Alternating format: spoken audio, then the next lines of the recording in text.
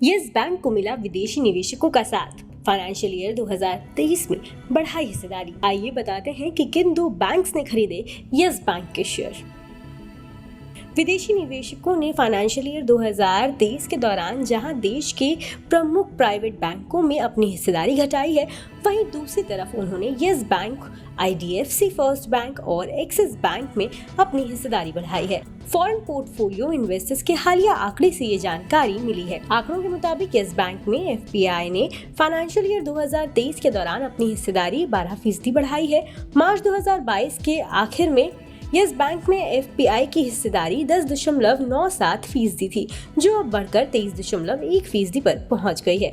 Yes bank में विदेशी निवेशकों की हिस्सेदारी बढ़ने के पीछे मुख्य वजह एक डील है। फाइनेंशियल ईयर 2023 में दो बड़े ग्लोबल इक्विटी फर्म्स कार्लाइल और एडवेंट ने यस बैंक में 8,896 करोड़ रुपए की निवेश से 9.99% हिस्सेदारी खरीदी थी। इसके अलावा FPI ने फाइनेंशियल ईयर 2023 के दौरान IDFC फर्स्ट बैंक में 6% और एक्सिस बैंक में भी 2% हिस्सेदारी बढ़ाई है। FPI ने एक्सिस बैंक में अपनी हिस्सेदारी ऐसे समय में बढ़ाई है जब उसने फाइनेंशियल ईयर 2023 में सिटी बैंक के भारत में कंज्यूमर बैंकिंग बिजनेस का टेक ओवर किया है।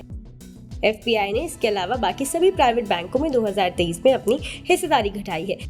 देश के सबसे बड़े बैंक HDFC बैंक में विदेशी निवेशकों ने अपनी हिस्सेदारी पिछले फाइनेंशियल ईयर में 3% घटाई है। वहीं RBL बैंक और इंडसइंड बैंक दोनों में उन्होंने अपनी हिस्सेदारी 4% घटाई है।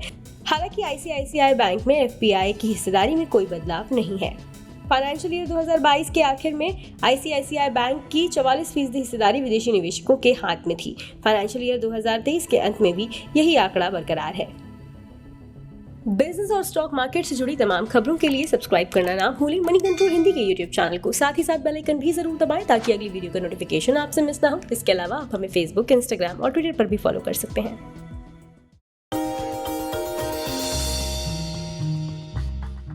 डू यू नो में आज हम बातचीत करने वाले हैं हर घर का चहेता ब्रिटानिया के बारे में। दरअसल ब्रिटानिया आपको आमतौर पे एक बिस्किट कंपनी लगती होगी, लेकिन ब्रिटानिया एक बिस्किट कंपनी ही नहीं है, बल्कि कन्फेक्शनरी कारोबार में एक काफ़ी बड़ी फूड जाइंट के तौर पे आप इस कंपनी को देख सकते हैं। इस कंपनी की शुरुआत 130 साल पहले हुई थी और करीब 295 रुपए में उस समय पर इस कंपनी की शुरुआत की गई थी। सेंट्रल कोलकाता के एक छोटे से घर में इसकी शुरुआत हुई थी और वहाँ से धीरे धीरे एक्सपैंड करते करते आज इतना बड़ा स्केल आप ब्रिटानिया का देख रहे हैं। ब्रिटिश बिजनेसमैन ने एक स्मॉल हाउस में इस कंपनी की शुरुआत की थी, जिसको धीरे से या फिर बाद में विद टाइम एक्वायर किया गया था गुप्ता ब्रदर्स की तरफ से और इस कंपनी का नाम बन गया था VS ब्रदर्स। लेकिन विद टाइम इस कंपनी में मल्टीपल चेंजेस हुए ओनरशिप को लेकर, जिसके बाद और फेरबदल हुआ और एक ऐसा भी समय आया 1979 में जबकि नेबिस्को ब्रांड, जो ओरियो के एक संस्थापक के तौर पे जानते हैं, जिनको आप ओरियो बिस्किट को अगर आप जानते हैं तो वो नेबिस्को की ब्रांड रहे हैं, उन्होंने इस कंपनी को एक्वायर कर लिया था। एक मेजर स्टेक करीब 27-28% के आसपास स्टेक वो इस कंपनी के अंदर ओन करते थे। लेकिन जो एग्जिस्टिंग प्रमोटर है वाडिया ग्रुप ने, उन्होंने करीब 1990 में इस कंपनी को एक्वायर किया। तो आप अंदाजा लगा लिए करीब 3 दशक से ज़्यादा का हिस्सा जो है वो एग्जिस्टिंग प्रमोटर्स के पास इस कंपनी का है। इसके अलावा एक और इंटरेस्टिंग फैक्ट ये भी है कि वर्ल्ड वॉर 2 जब हुआ था तो इस कंपनी को एक ऑफिशियल पार्टनर के तौर पर चुना गया था। जो कंपनी जो सैनिक थे उनको फूड बिस्किट्स प्रोवाइड कराती थी, जो कि उनके आगे के लिए कामकाज करते थे। तो एक बड़ा इंटरेस्टिंग फैक्ट ये भी है कि आर्मी को भी ये कंपनी सप्लाई करती थी वर्ल्ड वॉर 2 के अंदर।